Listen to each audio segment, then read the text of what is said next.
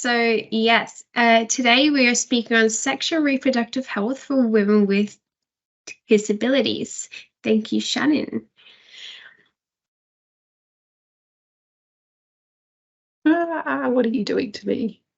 Is it me that has goes. control? Oh, I think There it yes.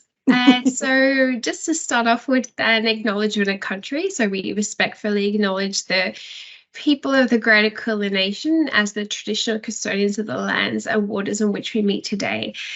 We pay our respects to the elders, past and present, and to any elders from other Aboriginal and Torres Strait Islander communities who may be here today. Thanks, Shannon.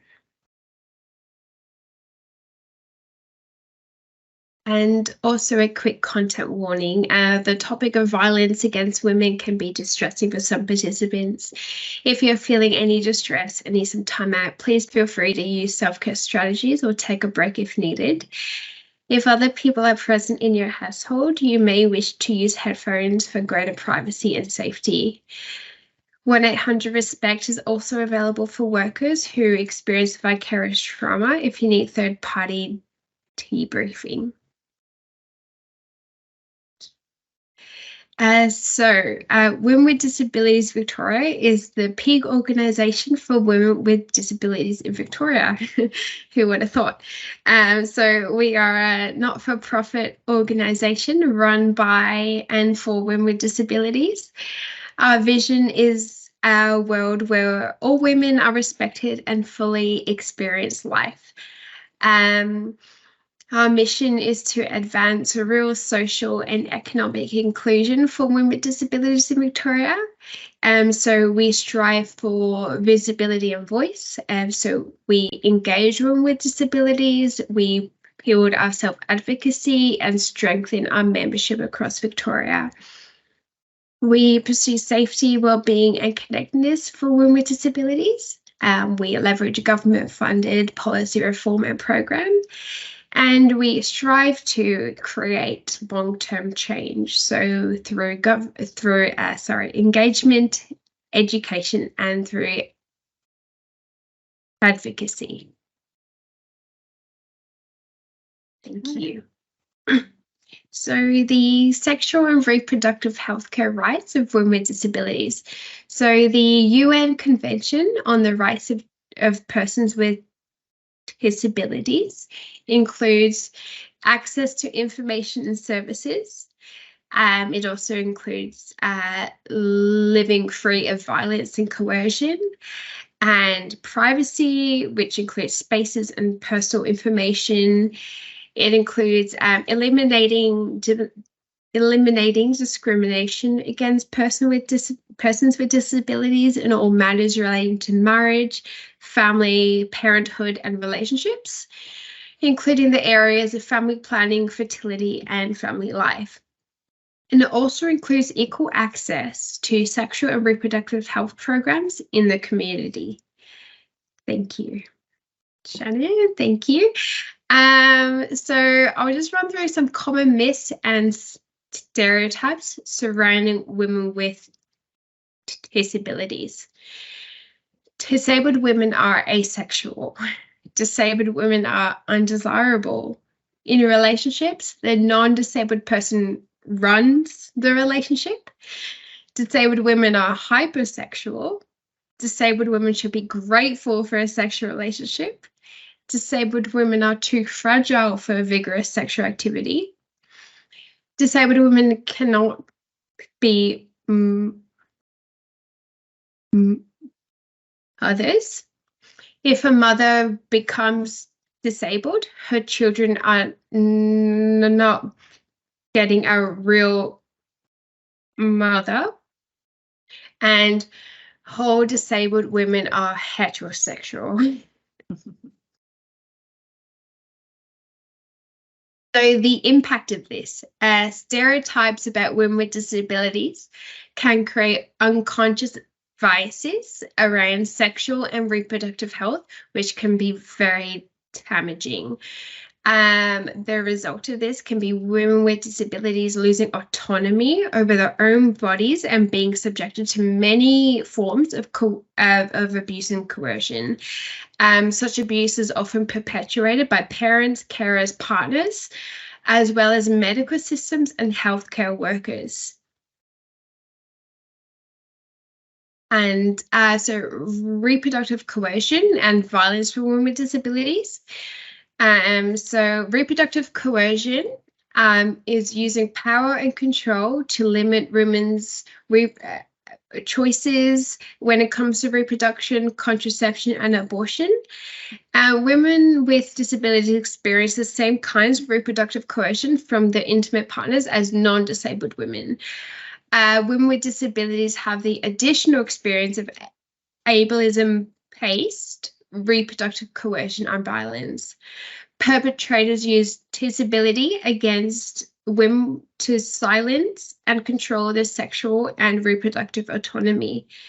The violence is more intense, occurs over a longer period, and is often from multiple perpetrators. And we'll move on to Shannon for forced and coerced sterilisation.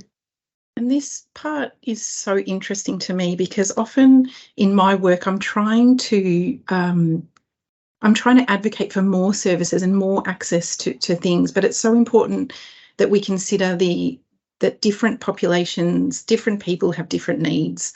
So thinking about forced sterilisation, it's against human rights without informed consent. It's a form of violence and control, and it's often targeted at women with intellectual disabilities in particular. So this misguided attempt to manage menstruation or prevent pregnancy in the case of sexual violence, and it's often hidden from the woman with a disability, so made without that informed consent is the issue. It's interesting that it's restricted in Australia but not illegal.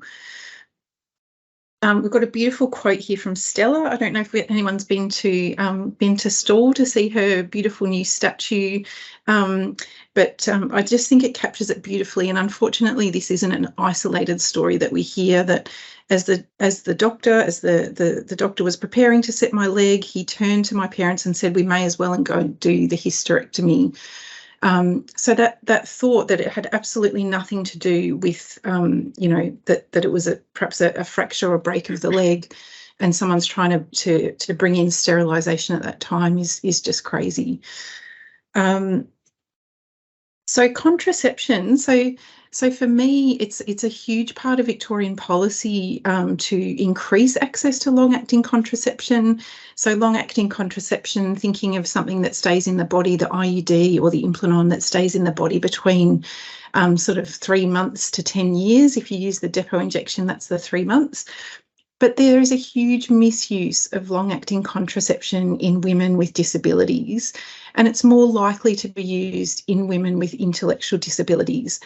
So if LARCs are more, so this idea that the long-acting contraception is perhaps more medically or socially acceptable to sterilisation, and it's probably easier to obtain. So the excessive use of Implanon, Implanon's quite widely available across our region, but unfortunately IUD is not. So excessive use of Implanon and Depo-Provera, the contraceptive injection. The problem here is if there's a lack of informed consent, so no discussion of the impacts on menstruation, on fertility, or how it works, what the symptoms might be, what side effects there might be, or how long it lasts. Contraception is often used as a protection against the consequences of sexual violence. So that, is really quite concerning that we'd prefer to give someone contraception than deal with safety. Consent. So moving on to consent and decision making. So women with disabilities have a right to make decisions for themselves. Women with disabilities can make informed decisions if given the information and time. And women with disabilities can provide informed and ongoing consent using communication methods preferred by women with disabilities. So what's really important is professionals must actively address power imbalances and provide information and support for women with disabilities to make decisions. So this can look like, what are your access needs? Is this okay? Let's go at your pace. Does that make sense?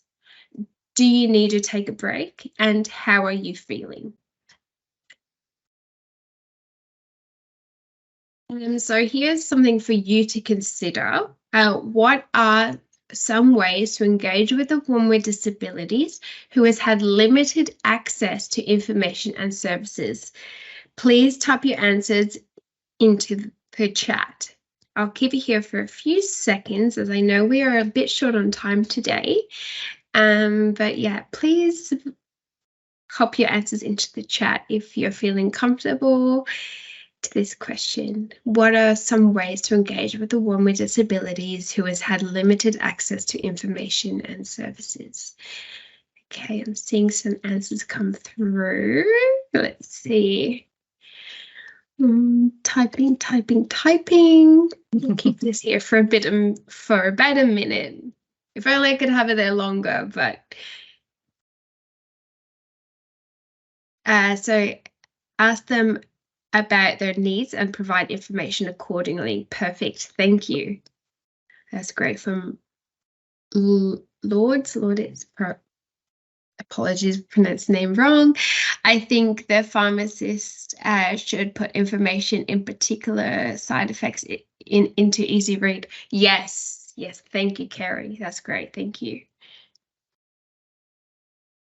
Nicole says, ask what information they have heard of before, what things they need, what things they would like to know more about. Yes, agree. Thank you, Nicole.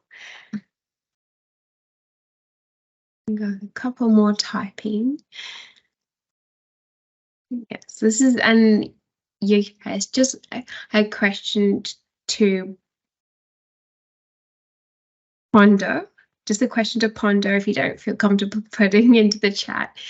So Stephen says, first thing first, I would get a female colleague to work with me. I would expect they would be more open to having conversation with a female than myself. Completely understandable. Thank you, Stephen. And Marjorie, we are really stuck for finding appropriate services, as many people, and access the digital and language literacy to see what the best way to provide information would be. Thank you. That's perfect. Thank you. So yes, because we are short on time, we'll head on to the next slide. Thank you, Shannon. So ways to engage. So speak with the woman directly and not her parent, partner, or carer. Acknowledge the discomfort of challenging someone. You may need to simplify language and check in to see if she understands. Simple language does not mean talking down to someone or speaking to them in the same tone as you would a child, obviously. Offer to send information in an accessible format, provide enough time, and be mindful of and challenge any ableist attitudes. So some values for preventing reproductive coercion and abuse for women with disabilities. Listen to the women to women with disabilities. Women with disabilities are individuals. Accessibility is everyone's business. Work to remove physical, communication, and attitudinal barriers. Create partnerships with women with disabilities and value the voices of women with disabilities. So we have some available resources. So the experts in our health resources can be found at the WDV website. These resources demonstrate how best to engage with and support women with lived experience roles within healthcare settings who often feel powerless or devalued. They also highlight what staff can do in making their healthcare services sincerely responsive, inclusive, and welcoming to women with disabilities. And I think we'll move on to some of Shannon's work. So we just wanted to touch on a couple of projects that are happening in the region. So Women's Health Grampians are working on a project funded by City of Ballarat and Department of Justice, empowering communities.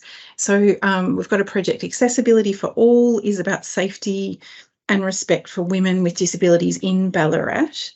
And I guess the main gist of this project is that we're co-designing an action toolkit that can be used by our core members. So core members are people that have committed to action plans to respond to violence against women. So Western Victoria Primary Health Network is a core member, as an example. So we're working with those organisations to think about training and support and ways to make women feel respected, safe and valued. So this is in community spaces as well as organisations. And there's a couple of things coming up in that project that might be of interest to you. So on the 30th of November, we've got a community of practice, which will be called Be Part of the Solution, Building on the Foundation of Knowledge and Respect to Improve the Daily Experiences of Women with Disabilities in Ballarat. So it is for core members. So if you don't know whether you're a core member or you need to talk to us about that, just feel free to reach out and talk to either myself or someone at Women's Health Grampians. So 30th of November, a community of practice. And then on the 3rd of December, International Day of People with Disability, we'll be launching a social media campaign. So you'll see that through the Women's Health Grampians Facebook and social media accounts. So if you're interested in that, that's something to follow. The other part of my work is Tell Your Story. So you might have seen, Kerry might have circulated a little bit about Tell Your Story. In sexual health, we have some data that's a little bit concerning. We have the lowest regional rate of long-acting contraception and early medical abortion services in the state.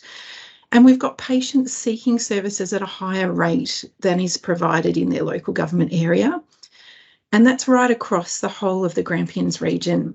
So things like we can see that patients are looking, are seeking IUD, for example, at twice the rate than is delivered in their local area.